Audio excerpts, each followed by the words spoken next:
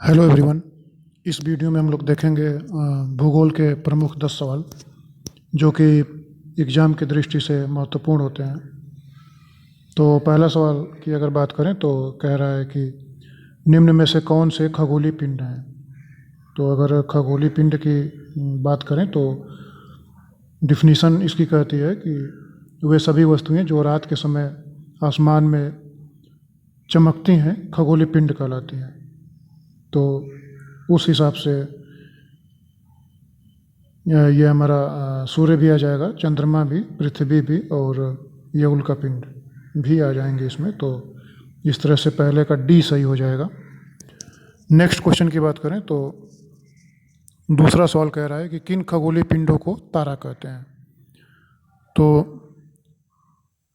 अगर तारे की डिफिनीशन हम लोग देखें तो इसमें आएगा कि कुछ खगोलीय पिंड बड़े आकार वाले तथा गर्म होते हैं और ये गैसों से बने होते हैं तथा इनके पास अपनी ऊष्मा तथा प्रकाश होते हैं। तो उनको क्या बोलते हैं? तारा कहते हैं।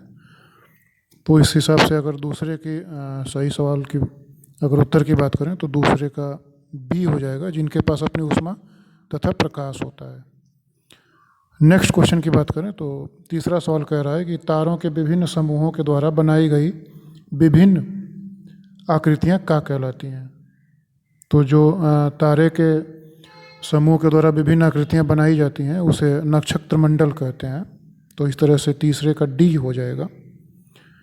नेक्स्ट क्वेश्चन की बात करें तो चौथा सवाल कह रहा है कि अंतरिक्ष से संबंधित अर्सा मेजर या बिग बियर का संबंध किससे है। तो अर्सा मेजर या बिग बियर का संबंध नक्षत्र मंडल से होता है। तो इस तरह से चौथे सवाल का बी ऑप्शन सही हो जाएगा। नेक्स्ट क्वेश्चन की बात करें तो पांचवा सवाल कह रहा है किन खगोलीय पिंडों को ग्रह कहा जाता है। तो ग्रह उसको कहते हैं जिनके पास अपनी ऊष्मा तथा प्रकाश नहीं होता है। तो जिस तरह से कि अगर बात करें तो इसमें पृथ्वी जो है वो आ जाएगा इसके एग्जाम्पल में। तो पांचवें का सी सही हो जाएगा।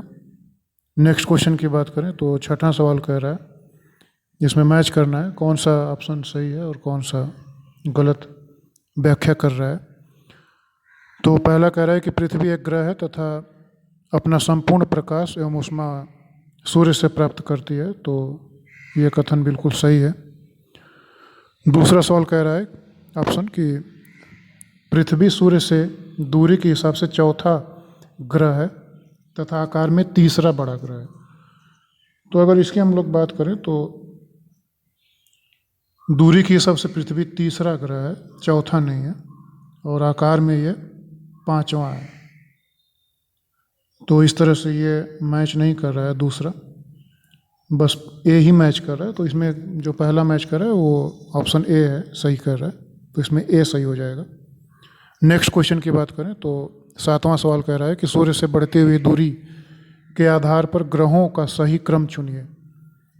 तो सूर्य से सबसे नज़दीक में बुध है और बुध के बाद फिर शुक्र आ जाएगा, फिर उसके बाद पृथ्वी आ जाएगी। तो इस हिसाब से फिर उसके बाद मंगल आ जाएगा। तो अगर आंसर की सही बात करें तो डी सही हो जाएगा। नेक्स्ट क्वेश्चन की बात करें तो आठवां सवाल कह रहा है नीचे दिए गए ग्रहों में से कौन से आंतरिक ग्रह हैं। तो अगर ग्रहों की बात करें तो ग्रह 8 होते हैं, जिसमें से कि 4 आंतरिक ग्रह हैं और 4 बाह्य ग्रह हैं। तो और 4 आंतरिक ग्रह उनको माना गया है जो कि सूर्य से नज़दीक हैं। तो इस तरह से बुध हैं, शुक्र हैं, पृथ्वी हैं और मंगल हैं। तो अगर आठवें की बात करें सही तो उसमें बी आ जाएगा, 1 2 3 मैच करेंगे। नेक्स्ट क्वेश्चन की बात करें तो 9वां कह रहा है कि नीचे दिए गए ग्रहों में से कौन से ग्रह वाह्य ग्रह हैं। तो जैसा कि मैंने पीछे बताया था 4 आंतरिक ग्रह हैं और 4 बाह्य ग्रह हैं। तो बाकी सभी जो उनके अलावा हैं वो बाह्य ग्रह में आ जाएंगे। तो इस तरह से 9वें का इसमें डी हो जाएगा।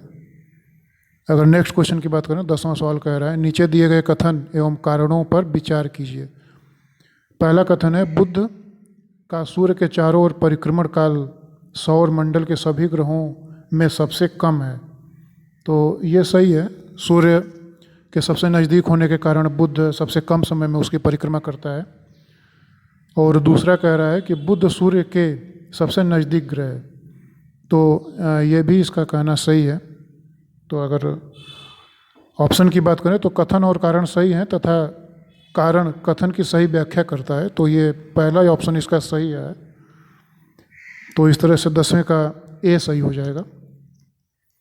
तो ये थे भूगोल के 10 प्रमुख सवाल जिसको कि हमने उन्हें डिस्कस किया। नेक्स्ट वीडियो में हम लोग प्रमुख सवाल को देखेंगे। Thank you.